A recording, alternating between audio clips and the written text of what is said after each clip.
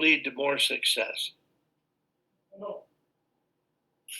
I'm not sure, Wally. I think that the biggest one that we're finding now is that individually skills wise, that lots of coaches and players have been working on that for so long that these kids have probably never been more skilled than any other generation individually, I believe, but they don't know the game.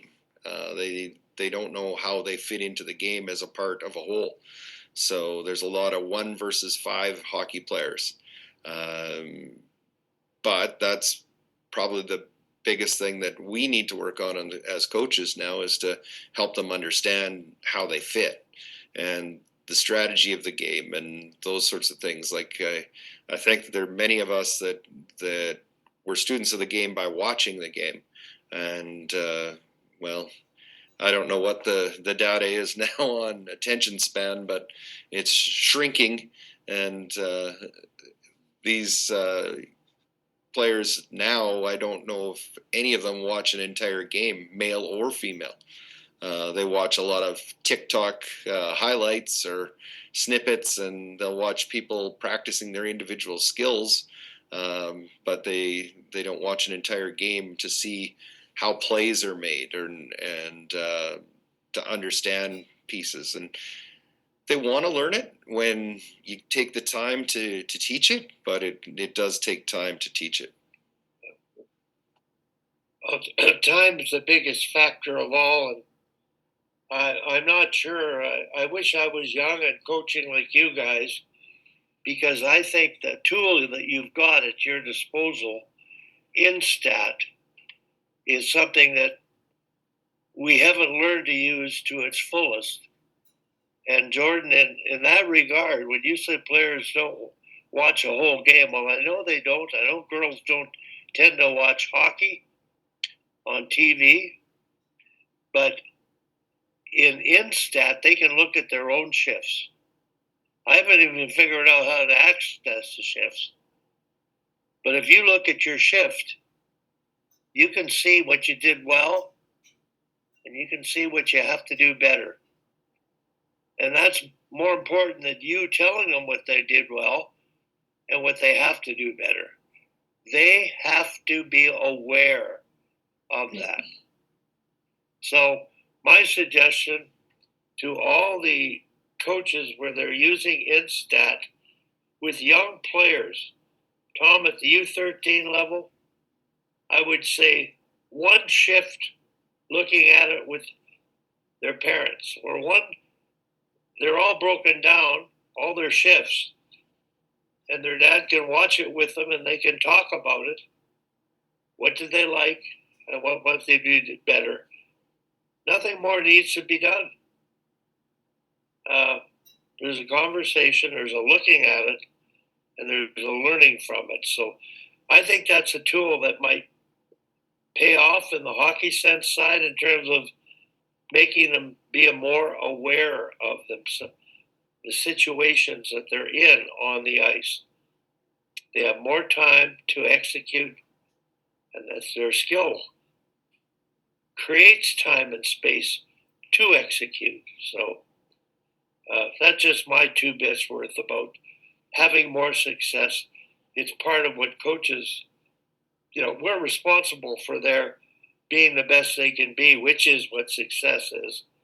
And right now, it's a tool that I think I'd be getting on the bandwagon of if I was coaching with players who just seem to be 1-on-5 players and missing opportunities and using their teammates.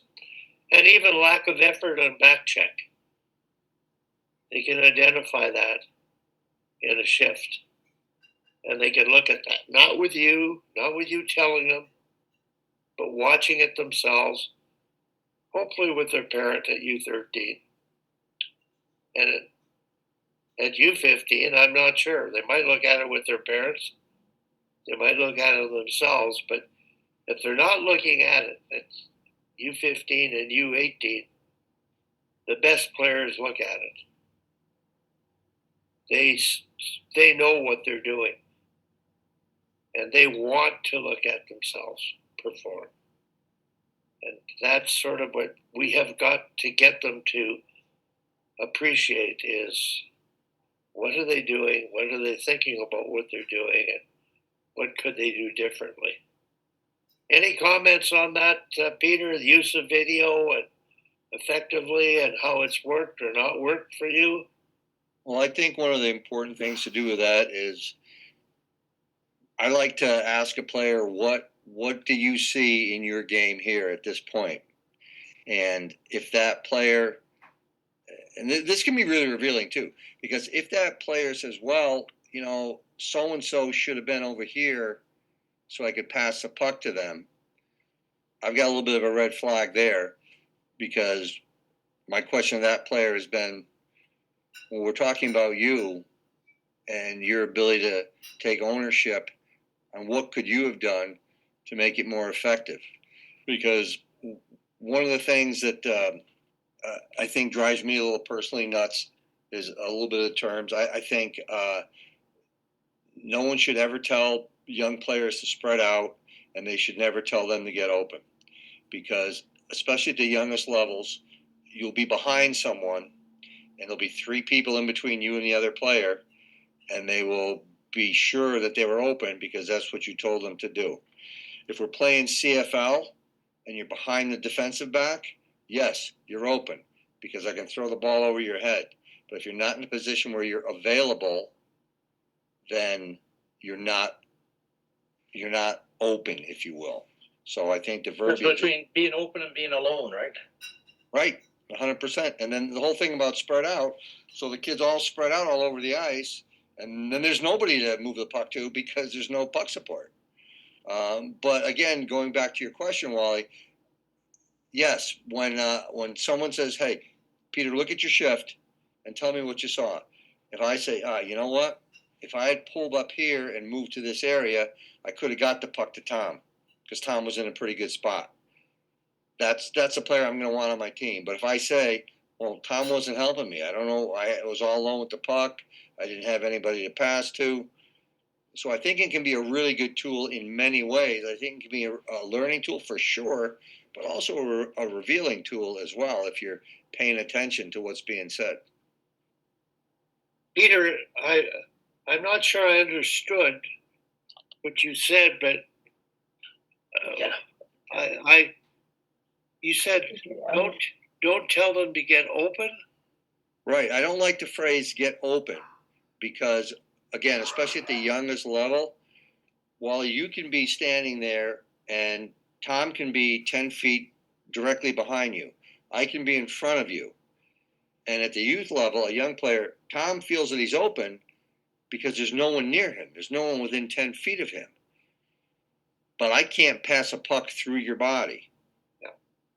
So getting available, being in a position where I can move the puck to Tom, that's what I want my players to do at any level. I want them to be available for a pass in a spot where I can get you the puck.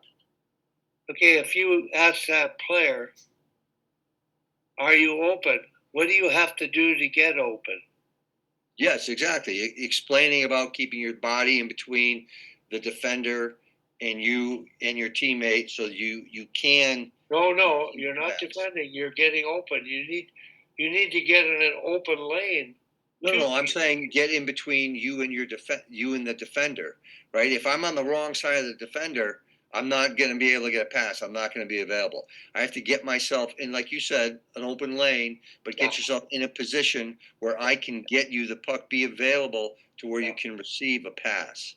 That's the thing, because I've seen kids come to the bench flapping their arms, telling the coaches or their teammate, "I was open. Why didn't you pass to me?" You're not open. There's nobody near you, but there's no way I can possibly get you that puck. Well, Peter, I'm going to share with you a coaching clinic thing I do that I want coaches to do with their team. And if you can visualize coaches standing on the four corners of the blue lines facing the neutral zone, the players in the middle stationary, and the head coach has the puck.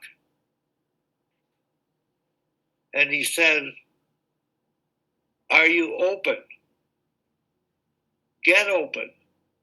In other words, nobody's blocking the view of the passing lane. They're going to move. And then the coach passes to another coach. The coach handles the puck and has to wait until they get open and ask them, "Are they open? What do you have to do to get open?"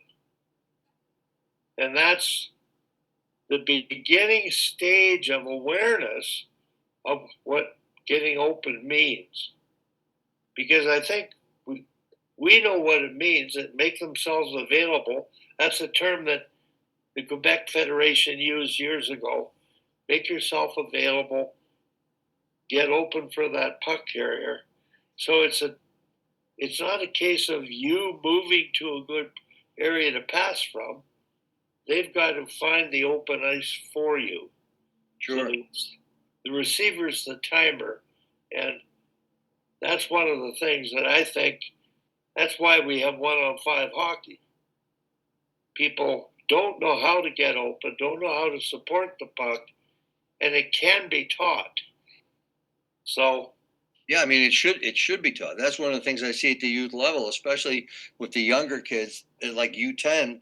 You know, we've all seen that player that can take the puck and they just lug the puck, and just because maybe they're a bit bigger than the other players, or they skate a little bit better, they just try to stick handle and skate through everybody, and they have some measure of success just simply because they're able to do that. But when everyone catches up, they don't know how to play the game. And I've seen that kid disappear many, many times over the years because they were never taught to play the game and they were allowed to just do that. Very frustrating. well, Tom's philosophy of coaching is he demands passes.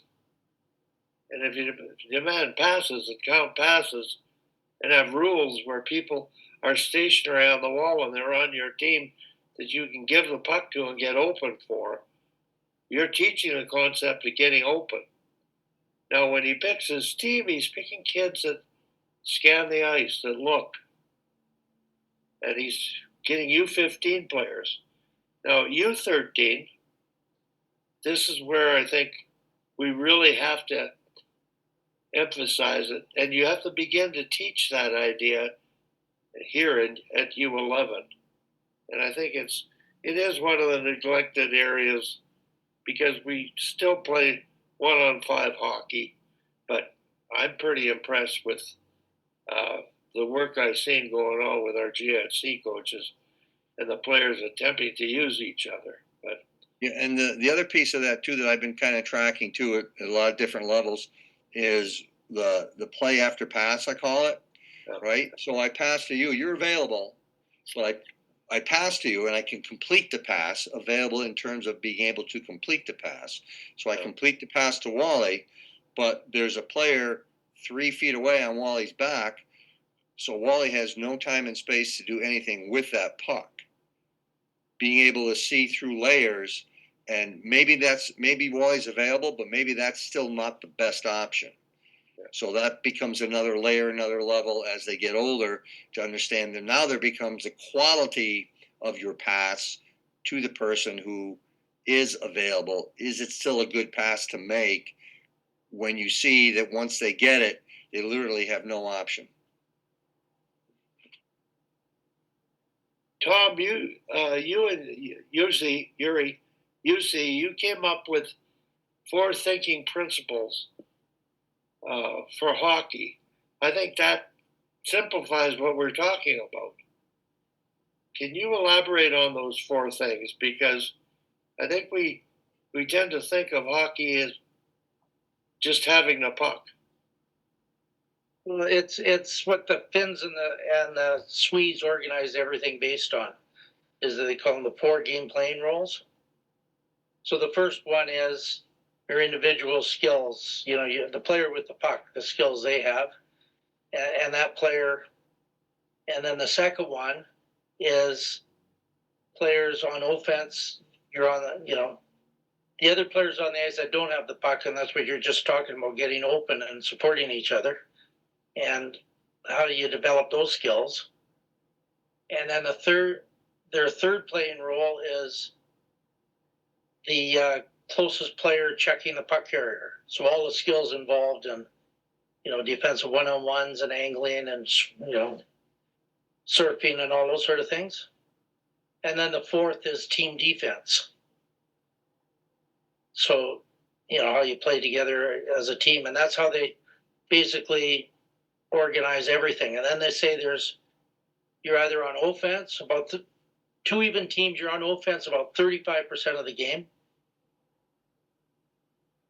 which is about 22 minutes, I think, or something, 21 minutes. You're on defense about 35% of the game. And something we don't pay attention to is the puck is loose about 30% of the game. So how do you win these loose puck battles? How do you support, the first player is checking, what do the other players do to be available offensively or in a good possession defensively? So that's how they conceptualize the game, and our whole coaching system is based on that. I co-wrote with you, so. So how do you get players? How do you teach players to think the game, conceptualize the game, so they can play the game better? Well, first of all, they have to have the skill. You can teach a power play all you want, but if they can't make two passes in a row, it doesn't really matter. And then so you have to have the skills, the basic skills, and then you just go through the different situations, to teach it. Like we did the 4-chamber attack at our last practice. So the 4 chambers, I was teaching, you want to set up a 2-on-1 on the widest defender most of the time. So you start off with 2 players going, and the one passes to the other, who gets between the dots with the puck. The other one takes the ice behind, and there's 2 players, working, supporting, attacking together. The other player is going hard as they can to the post. That's another chamber, the middle chamber. And then the wide dot chamber, that's where usually the weak side D will come in. So you attack with 4, and then the 5th player at the back. So we got through the first 3 in our last practice. But, so you can teach these concepts, but you have to have a way to teach them. I even think that's a Darryl Belfry thing, I think it might be. How have they done with the 4-chamber attack? Well, we just practiced it like 2 days ago, so Yeah. it's a thing like Peter's talking about, being open and being alone. So if you don't have close support, it's really hard. You get the puck, and everybody's over there, and you're being checked. Especially if you got back pressure, and there's nobody helping you. You have no close support whatsoever. It's really hard to make a good play. So you basically got to dump it in or take a long shot or something like that.